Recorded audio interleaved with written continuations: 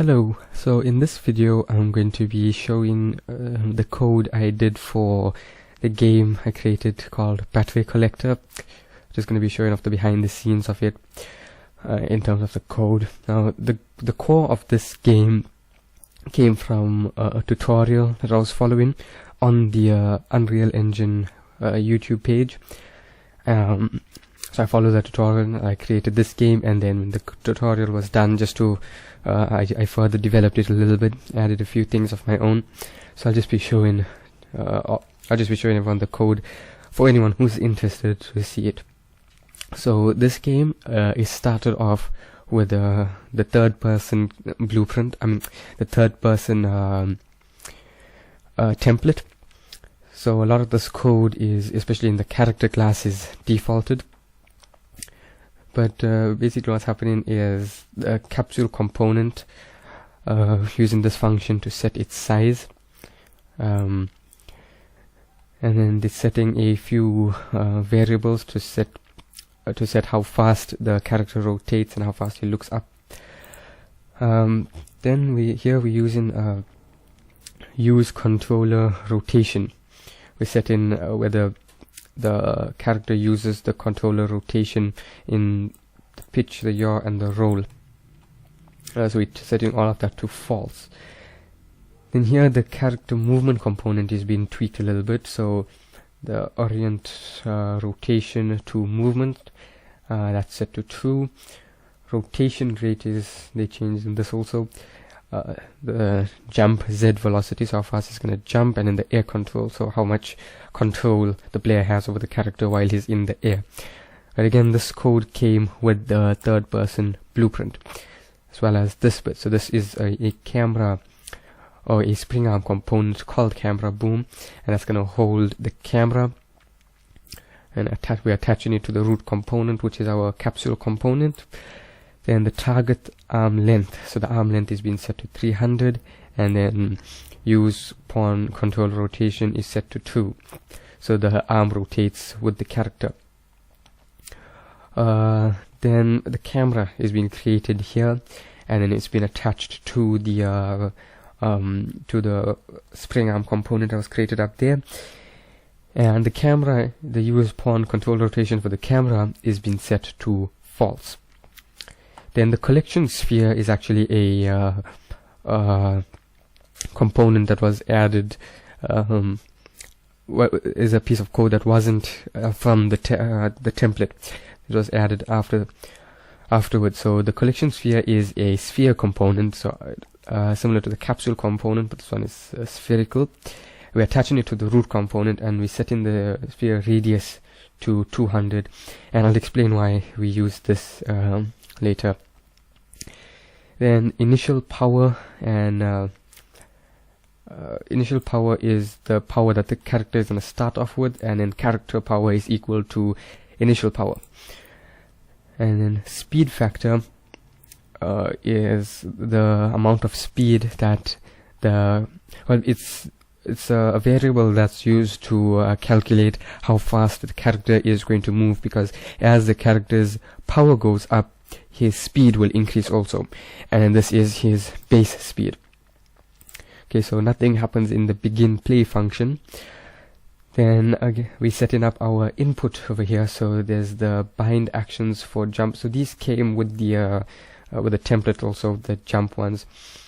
So there's the jump pressed and the jump released, and then it came with functions jump and stop jumping. And then there's the bind axis inputs, which is move forward and move right. So move forward will move forward and backwards, and move right will move left and right, and then you'll call it a function towards the bottom. So these are for the keyboard inputs, and then the ones at the bottom here,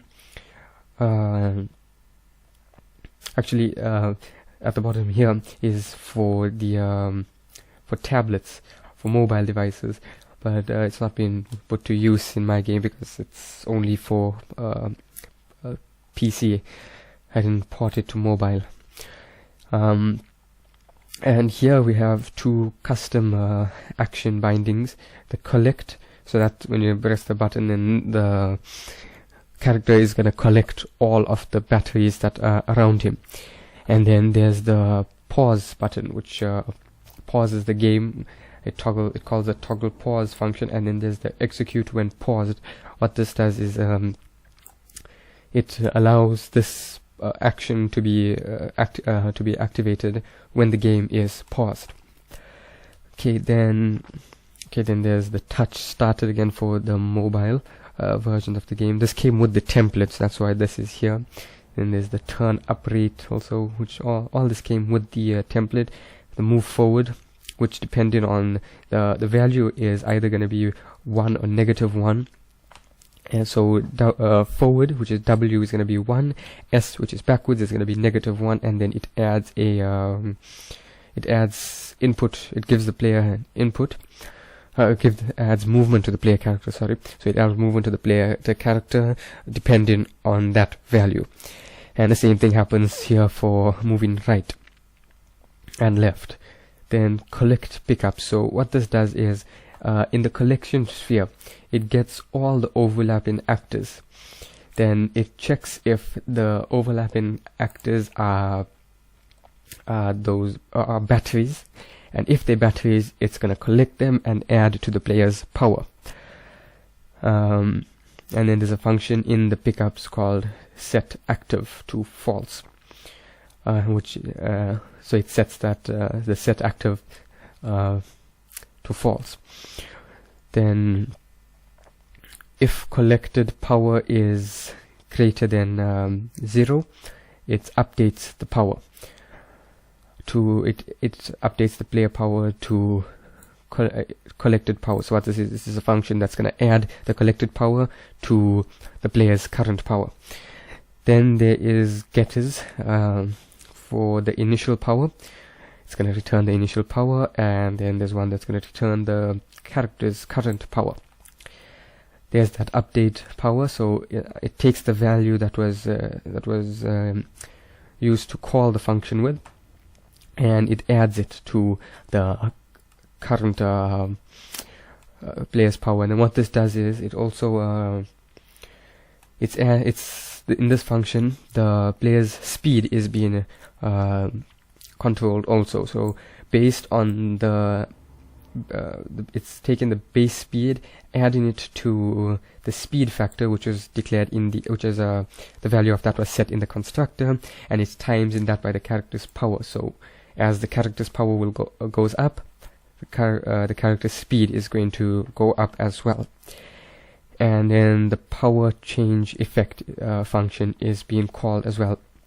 Then the toggle pause function. The pausing is actually being handled in the game mode. It's just being called from the player character. So let's go to the game mode. So after all the includes, we got our constructor here, and then we set in out the class to the default character.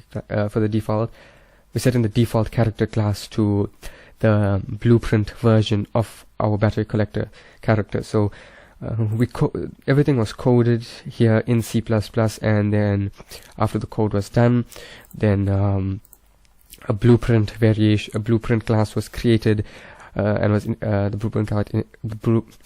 blueprint class inherited from the battery collector class, and so that makes it so some certain things are easier to change, so you don't have to go and compile the code every time you make a change, especially when we were dealing with the player's speed and how much power he gets from each battery and tweaking his initial power. So it was easier to do that in blueprints. So, and the same thing was done with the game mode. So the game mode was all coded in C++, and then a blueprint class was created based on that. Then we have two variables to check whether the game over has been called or the warn has been run. And then we have a decay rate, which is how fast the player character's health or power is going to go down. Then in the begin play, the mouse we get in the player controller. I don't know why I named it mouse cursor. Suppose it should be something like player controller or something, but in the player controller, we disabling or we're making the mouse cursor hide. So that's what that is. And get all active. So yeah, so here we get in the spawn volume. Spawn volume is the volume that's going to be spawning the characters. So it's just a little volume that we created. It consists of just a volume, so a little box component.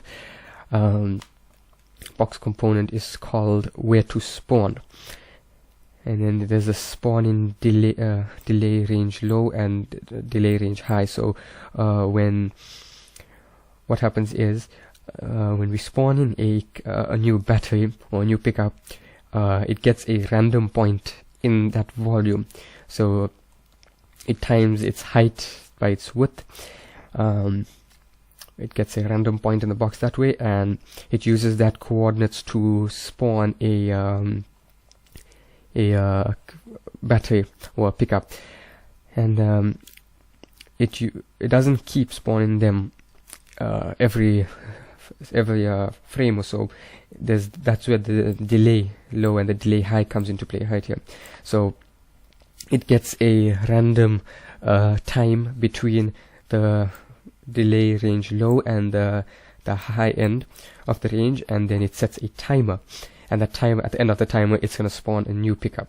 So it's not infinitely spawning them continuously forever. There's a delay in between the time each one is spawned. So that is the spawn volume. So it's getting the spawn volume here, and then it's, what we do is we use that to activate whether it can spawn or not, depending on whether the game is won or the player lost, or whether he's still playing. And that happens here in this custom enum. So there's 4 states. There is the plain state, there is a won state, a game over state, and an unknown state, which is they just had it there in case. I think I removed the unknown state, looks like. Yeah, I think I did. So in the play state, this is the longest state, and what this does, it's when we sorry, what's happening here is that we set in the state to play, and then that's been handled down here. Then we cast into the character, and if power to we test in if we have the character, so it doesn't end up in a null pointer and crash the entire game. So power to win, we set in the power to win here is, so the power to win is based on the initial power. So it's not possible for the power to win to be below the initial power. So as soon as the game starts, the player will win. It gets the initial power and times that by 2. So the player will always start off at 50% power. Then we get in our widgets. We just check in if the widgets, because we set in the widgets not in code but in the blueprints, we can change them whenever we want. We just check in if it has been set.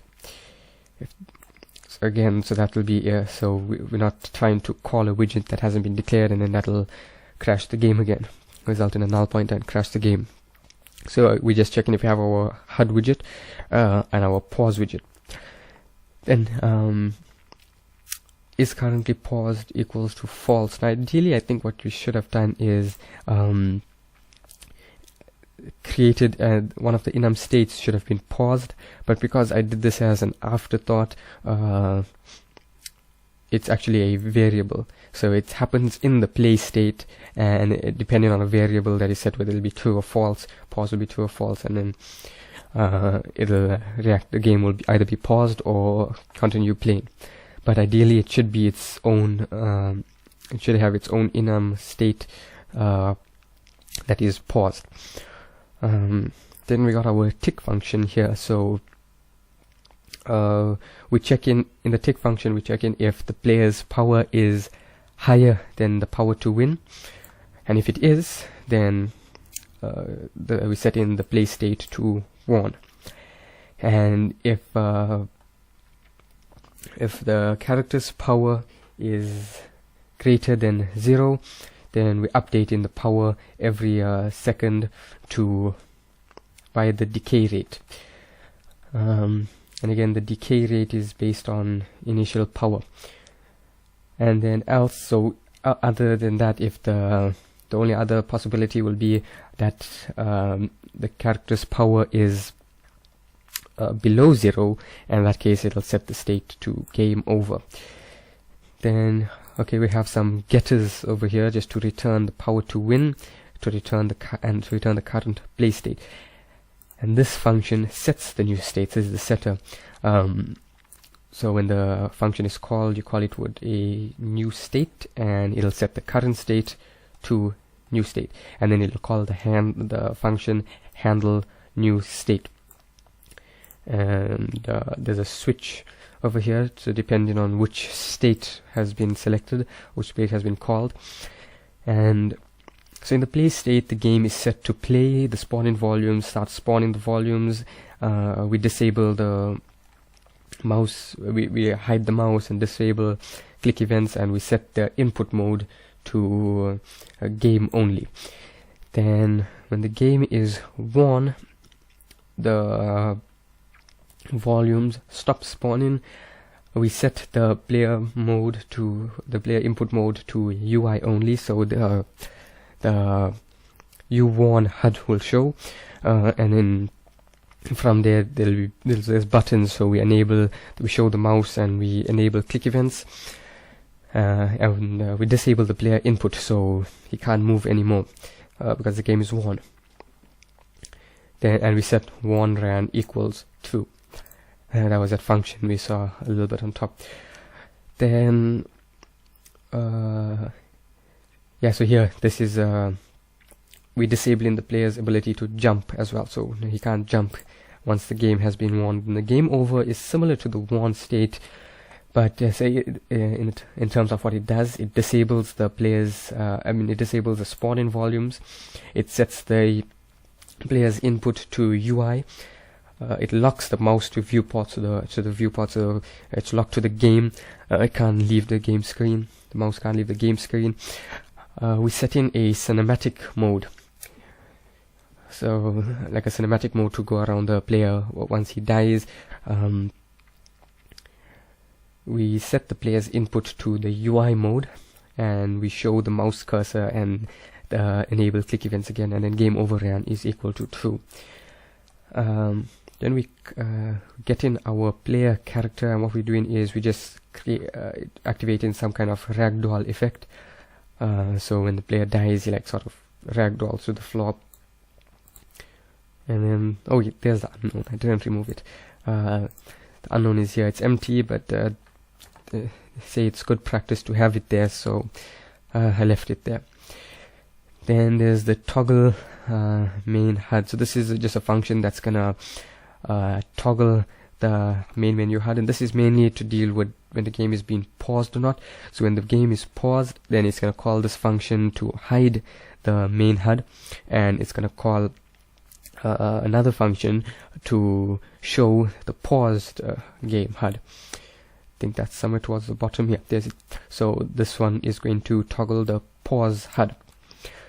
And in here it's just actually, in this function, it's actually toggling the whether the game is paused or not. So if the game is playing, it's going to so if currently paused is equal to true, it's going to start the game. So if the game is already paused and this function is called, it's going to start playing the game again. And if the currently paused is false, so if the game is playing, then it's going to pause the game, and then it's going to do everything needed. So like here, it's going to set the input mode to game only.